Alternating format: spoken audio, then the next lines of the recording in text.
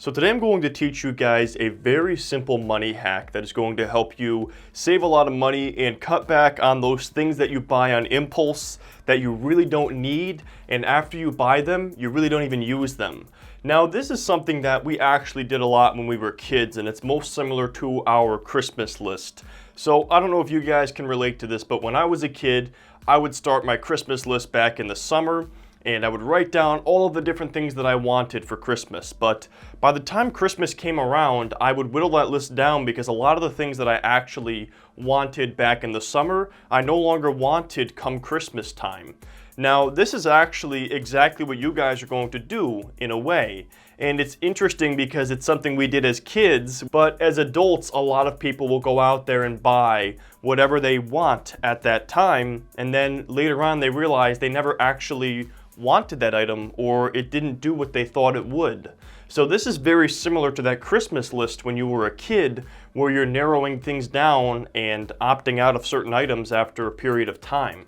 And this is what I call the 30-day rule. So impulse buying is a huge problem. In fact, there are certain companies that make all of their money simply from impulse purchases. And I'm sure you guys have all heard of the term impulse purchase, but I'm not sure we all realized how bad this problem actually is. So the Integer Group conducted a study, and they found that 90% of shoppers buy at least one item on impulse when they go shopping. And the reason we do that is due to advertising, or possibly coupons or sales. So all of these things that companies do to get products in front of us, or ways to get us to buy them, well, they work. They work very well, because just about 10% of us are buying only what we came in for, and the majority of us are gonna buy extra things because it looks like those advertisements worked. How many people actually go to a store and plan their purchases ahead of time? Because how would you even know if you made an impulse purchase if you don't actually plan out your purchases?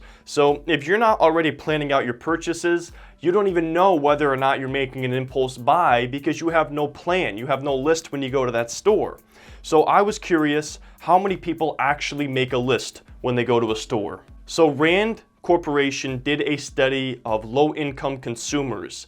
Now, I would argue that these are the people that would really need to have a list. This would be most important for those with the lowest amount of income to shop with a list. Well, they found that less than 33% of those shoppers always used a list when they shopped. The other 66% may use it sometimes but not other times, and others don't use a list at all. So let's go ahead and use the grocery store for an example. That's the most common store where we shop with a list. Well, if you don't use a grocery list, you're going to spend more money on impulse purchases, and you're also going to buy less healthy items, because oftentimes we see things around the store, or we try out the food samples and we decide to buy those products. Where if you make a list ahead of time, you're going to choose healthier options and you're going to spend less money. Now, really, guys, this whole concept comes down to discretionary versus non-discretionary items. And discretionary items are things that we have control over, and things we decide on purchasing, and really they're like luxury items, or things that we don't need in order to live. Now, our non-discretionary items are things that we need to survive. This is like our gasoline, this is like water, food, our electricity bill.